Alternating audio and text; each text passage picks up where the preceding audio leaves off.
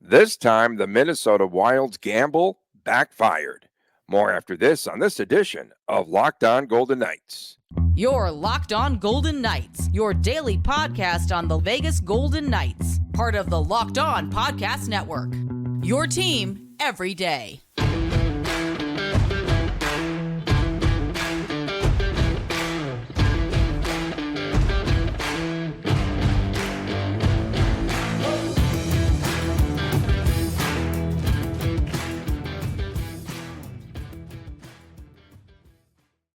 Happy Monday, everyone. Tony Cardasco, Chris Golick from Las Vegas. Thanks for making us your first listen every day on places like Apple and Spotify and Odyssey, or wherever you get your podcast. Please make sure to subscribe to our Locked On Golden Knights YouTube channel.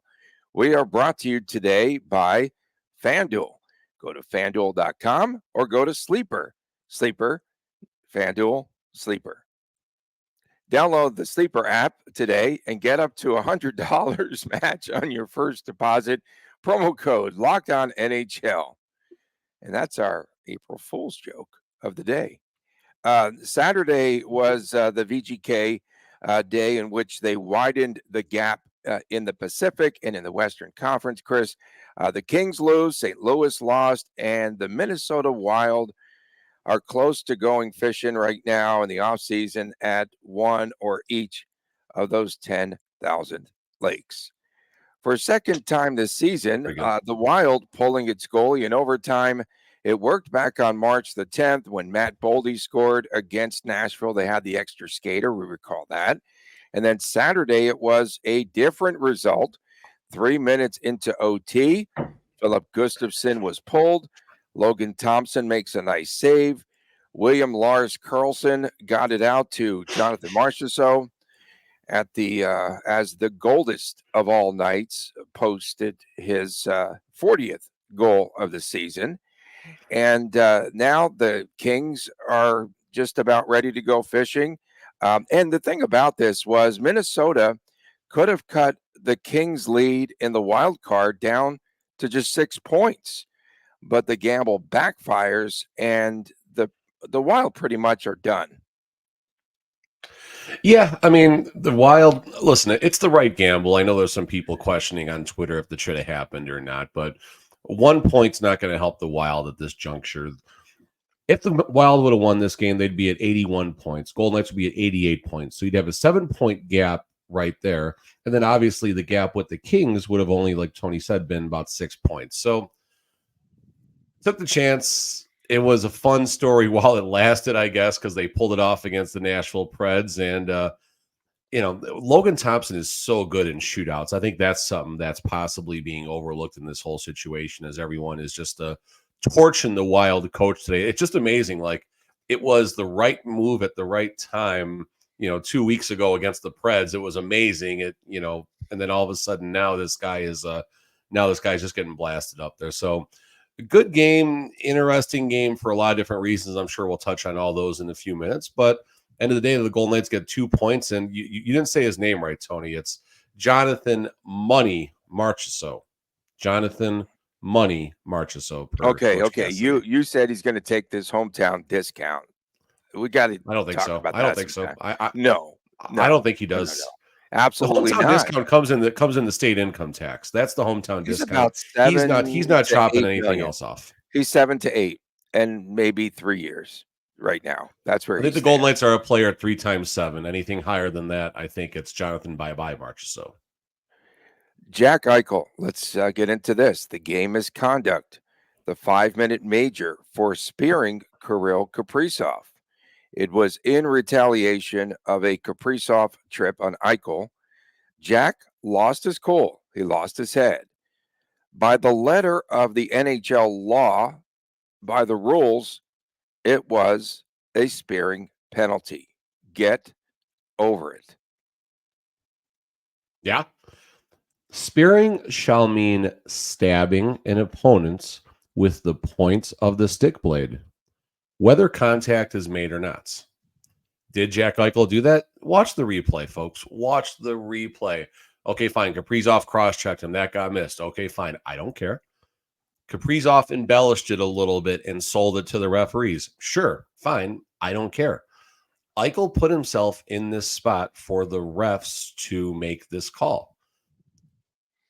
The radio, the local hometown radio broadcast wanted this to be called a slash. I think Gary and Dave were absolutely wrong in trying to sell that take. This was 100% a spear by the letter of the law.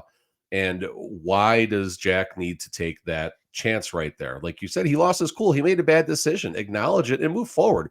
We're not saying Eichel's a bad player. We're not saying he drags his team down. We're not saying anything negative besides one poor decision in one important game that honestly is probably what fueled the victory. Let's be clear about this. The Golden Knights were disengaged for most of this game.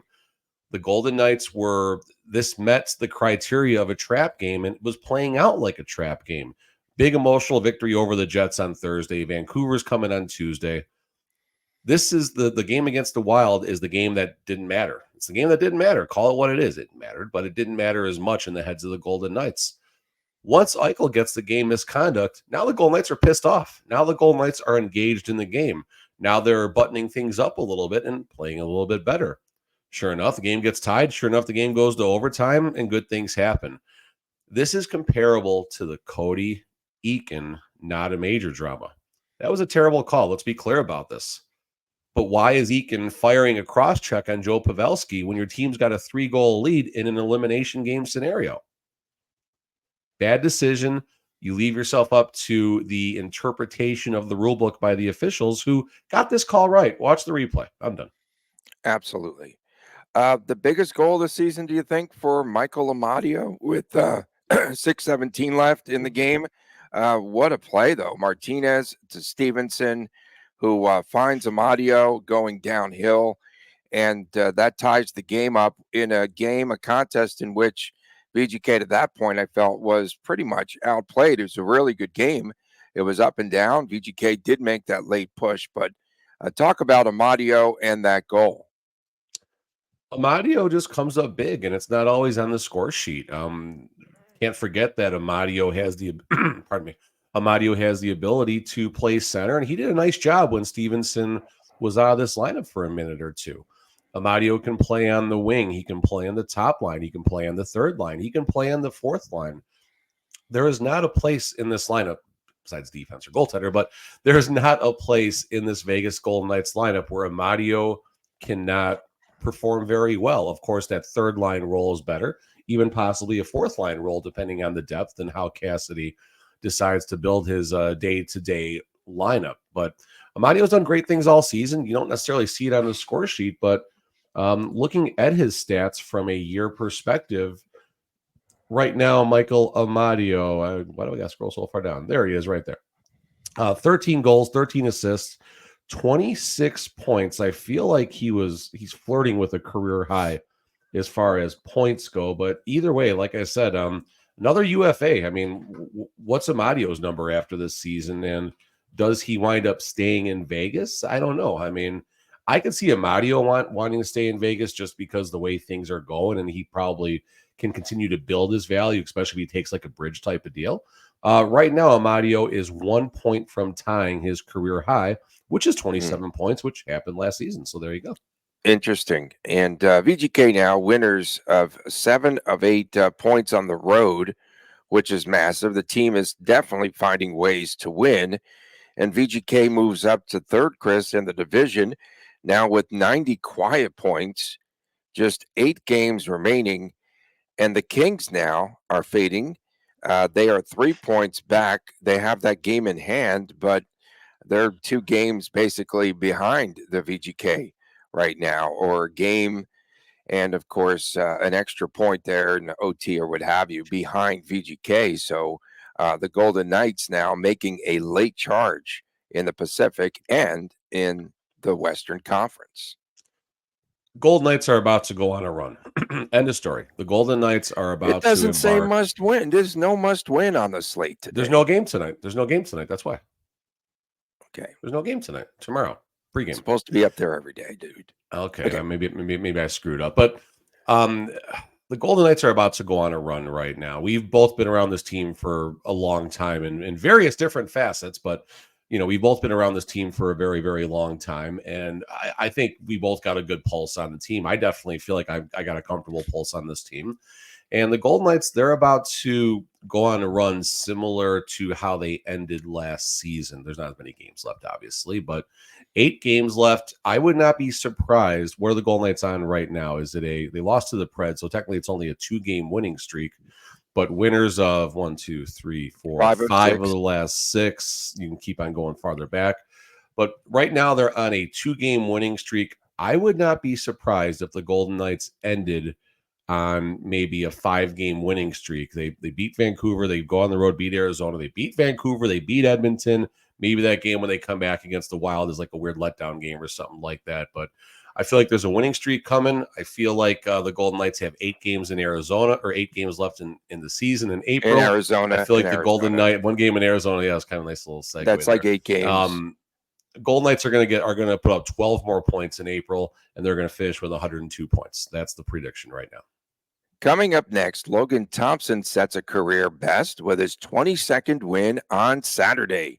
We talk goaltenders, our favorite topic, when we return right here on Locked On Golden Knights. We want to remind you that you could win big by playing daily fantasy hockey on Sleeper. It's the official daily fantasy app of the Locked On NHL Network. Sleeper is our #1 choice for the daily fantasy sports, and especially daily fantasy hockey, because with Sleeper, you can win 100 times your cash in daily fantasy hockey contests. What players would you like to take this week to win 100 times your money? Fans can also play on daily fantasy hockey on Sleeper in the NFL, NBA, Major League Baseball, college football, and much, much more. And the Yankees are 4-0. And you could also connect with a lot of other fans. Entries can be made in under a minute. All you have to do is pick the stud that you think is going to score points. And you need to outlast the Sleeper projections for things like goals, assists, saves, plus minus, and much more in a given game. To win 100 times your bet on Sleeper, you need to correctly predict the outcome of 8 player stats. You heard us, VGK fans, as the fog rolls in. You can win 100 times your money playing daily fantasy hockey with Sleeper. So start paying attention and nail your picks so you can start winning big. Use the promo code LOCKEDONNHL. That's LOCKEDONNHL. You'll get up to $100 match on your first deposit. Terms and conditions apply. That's code LOCKEDONNHL. See Sleeper's terms of use. Yeah, fog machine. You like this, huh? Welcome back, Locked On Golden Knights. It is our Monday edition. Thanks for making us your first listen. Please subscribe to our YouTube channel, Locked On Golden Knights. On Fridays, it's WTF. We got a little bit off the rails last week. That was a good show. A little. And then on Saturdays, it's the Chris times Chris show. Somebody made a comment to me. It was after the Jets game. People were arguing about the Nick Hague call or something, whatever it was. And someone made a comment. They couldn't wait to hear my half-baked comments or something like that about something. But I think Tony's one of the half-baked comments this morning by a look at the fog over there. Yeah, I think I'm going to move back to the other room. And a lot of fans are asking me, how come I don't have all the decor of Chris Golick? So I need to do something. Maybe I'm going to change all this pretty soon back there. Actually, I got some stuff in the works. You got something in mind? Got something in mind. I should put a nice big poster of Lars back there. That would be kind of cool. LT, goaltending. He's won 5 straight and now just 1 goal given up in each of his last 5. And a couple of questions here. So yesterday, a subtle move by VGK. So they sent the other guy back to Henderson, right? I think on loan is what they said. And then with LT, is he okay to start on Tuesday against the Canucks? I asked that. Well, he had 32 saves against the Wild on Saturday. He gave up the only goal to Kirill Kaprizov on the power play with Eichel, of course, off the ice. He's got a 1.13 goals against average during this stretch and an eye-popping 962 save percentage the past 5. 962. And of course, we saw him get a little bit battered, I thought, in that game against the Wild, though. Ryan Hartman ran Thompson over with a little help from Pietrangelo. He pushed him. He pushed him, folks. And then Thompson was also dazed on that shot that came off of his helmet.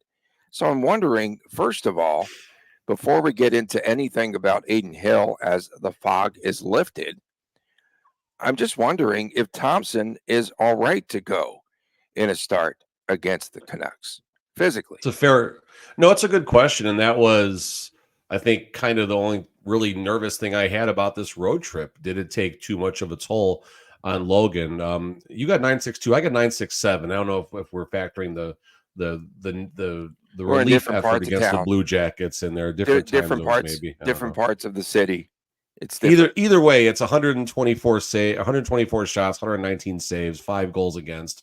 Adin Hill in his last 5 games, 8-8-0, 15 goals given up, 129 shots faced, 110 shots saved. So the numbers definitely don't lie right now. And it would have been nice to see Adin finish that game against the Blue Jackets last week, because it really seemed like he was going to turn a corner in that game. I don't know if he would have given up 8 goals in the third period, but if he could have kept a clean sheet in the third, that certainly would have been very good for his confidence, which is still going to be shaky.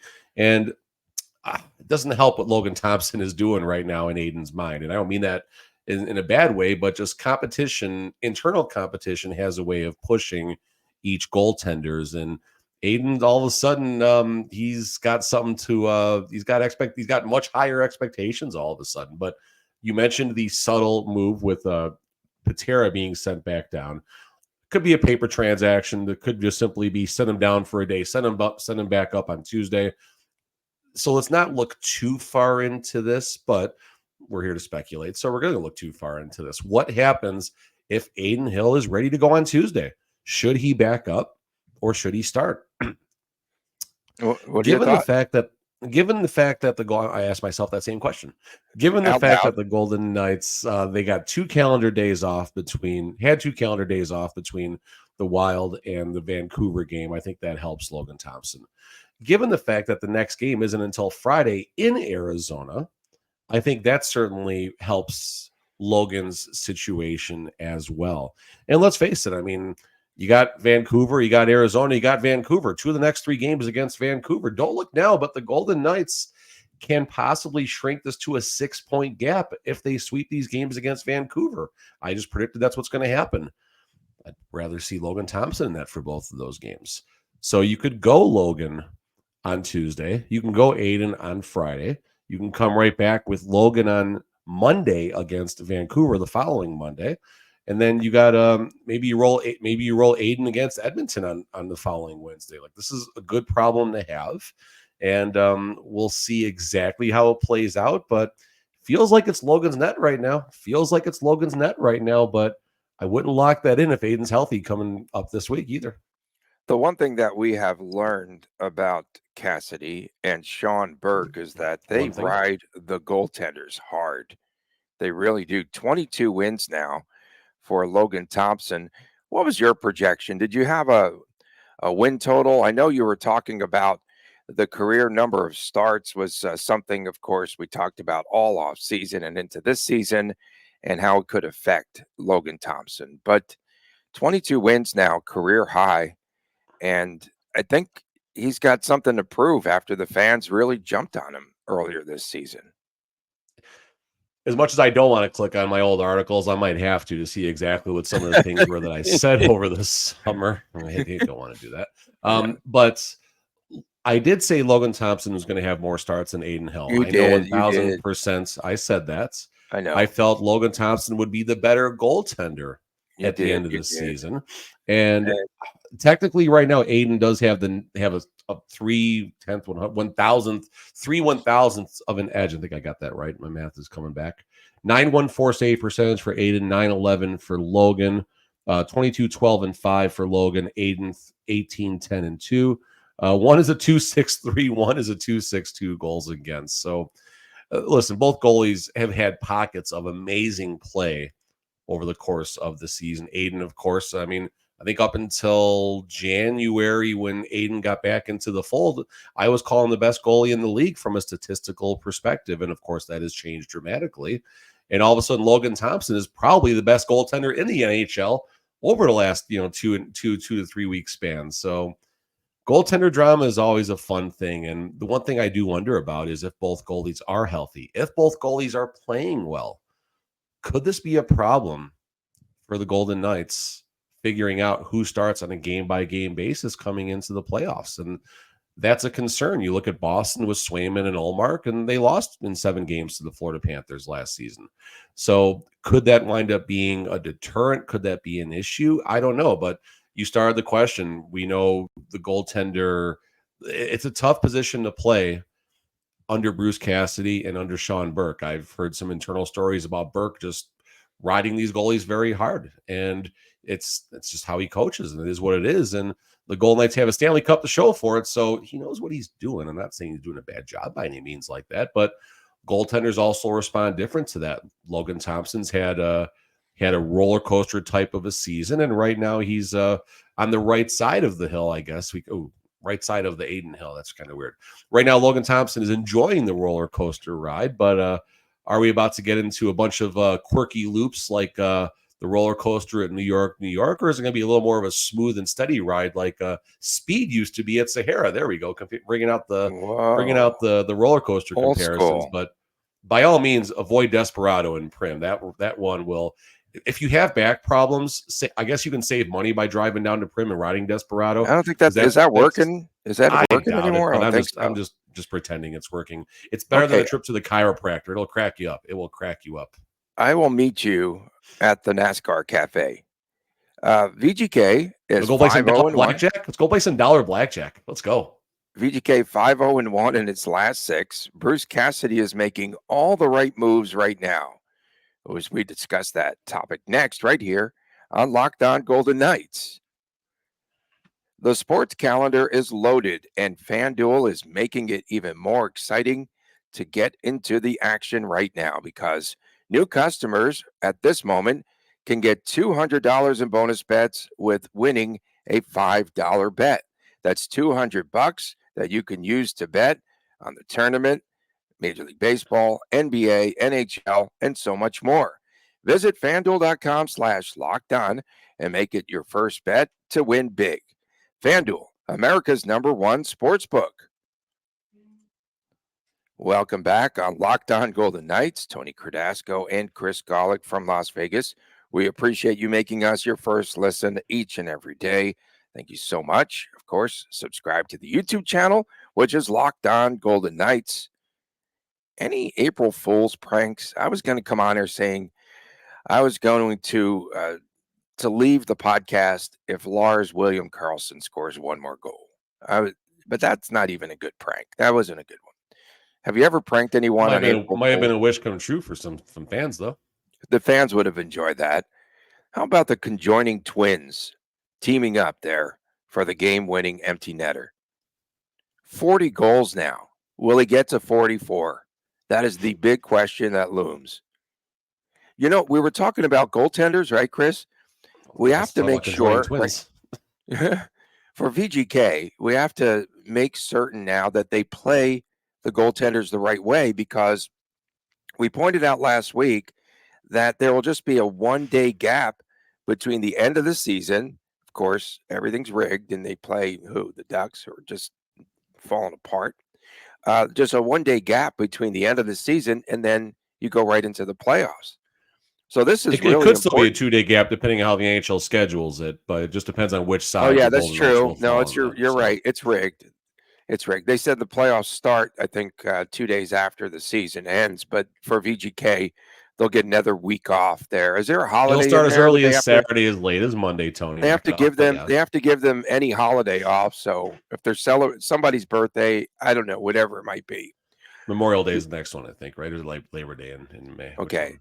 The latest moves that turned out to be a success for Bruce Cassidy, if you kind of just even go back to the game on Saturday, and you doubted that Pietrangelo would be in the lineup. He was on the trip. Yeah, I thought you said, didn't you say last week Yeah, I don't think he's going to play on this trip. But when Cassidy said he was there and available, well, that started to raise eyebrows. And then so he inserts Petrangelo and Alec Martinez. They were both in the lineup on Saturday, and they were the third pair. They were the third I called pair. that. I called Alec Martinez on the third, or Alex Petrangelo on the third line, and Yes, people you thought I did. was nuts. People thought I Well, was nuts, but they do. They still do. But in any event, that was a that's great fair. call on your part. And so, who was out of the lineup? Hutton and Whitecloud? Yes, Hutton and Whitecloud drew out of the lineup in favor of Pietrangelo and Martinez. I thought Hutton staying in the lineup was the right call, but at the end of the day, the Golden Knights have given up 5 goals in 5 games. So Coach Cassidy, certainly to highlight, let the mad scientist cook. He definitely is making the right mixes and stuff. So the one thing I wanted to tell everyone was just because it's the third pairing doesn't mean Pietrangelo is not going to get the minutes. The comparison I drew to that was Whitecloud and Hutton from the game against the Jets. That was the third defensive pairing. Hutton had, I want to say, 14 minutes of ice time, where Whitecloud was over 20 minutes of ice time, which is obviously the difference in the special teams. Pietrangelo had 23 minutes, 11 seconds of ice time. 253 of that was in shorthanded situations, plus a minute 27 on the power play. So you take off that 4 minutes, Pietrangelo would have had about 19 minutes. And that's something I actually asked Cassidy about earlier in the season, if they were trying to manage minutes and such, because there was a game where the defensemen were all within like a minute of each other from like 1950 to 21 minutes or something like that. And Cassidy said, not really. It just worked out with the special teams and the situation. Well, that's what happened in this game as well. Pietrangelo's partner, Martinez, Martinez only got 15:30 of ice time, though.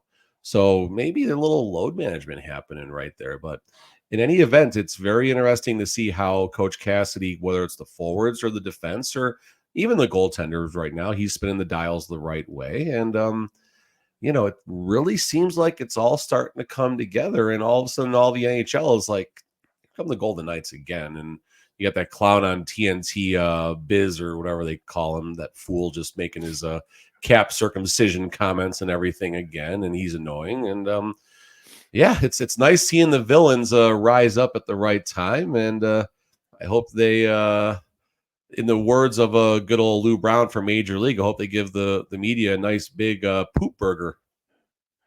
Okay, so whatever that means. Okay, odd reference.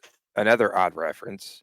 Okay. Cassidy is like Tom Cruise in the 1983 film All the Right Moves, right? So Cruise will play Cassidy in the movie. Uh, Tomas Hertl. Tomas Hertl. He's going to be back this week. You said the first week of April. So what are your thoughts now? My original projection was Tuesday against Vancouver. The Golden Knights will be on the ice practicing at City National 11 or 11:30 today, Monday. I wonder if we'll see Hertl out there in the in a regular jersey. That's the first question. I don't seeing like what they did with Shea Theodore and such, and players that missed extended periods of time due to injury. I don't know if Hertl goes 1-2 practices and goes into the lineup. That would be a little bit fast, but I did play with everyone a little bit last night on social media. I said, based on Patera going down, that means Hill will be available on Tuesday unless it's a paper transaction, which it very well might be, but let's pretend it's not a paper transaction. That means Hill is available Tuesday, and Hertl will make his debut in the desert this week. A lot of people thought I was only referencing Vegas when I said desert, but I think there's a desert in Arizona too. I don't know if Tempe is considered a desert or not, but that's definitely a common thing. So I think Hertl plays this week. I would say 20% chance Tuesday against Vancouver and 80% chance. Okay, 20% Tuesday against Vancouver, 70% Friday in Arizona. The last 10% I'll reserve for the road trip against Vancouver and Edmonton. Do you think Hertl was on the road? Do you think he was on the road with the team? I want to see Travis Dawkins. I think he's been skating. I think They said he's been at skating for on his working own, outs. but they could sneak him on the road, right? We'd never know. Oh, they certainly could. Well, yeah, because there's no local media that travels, and another story for another time.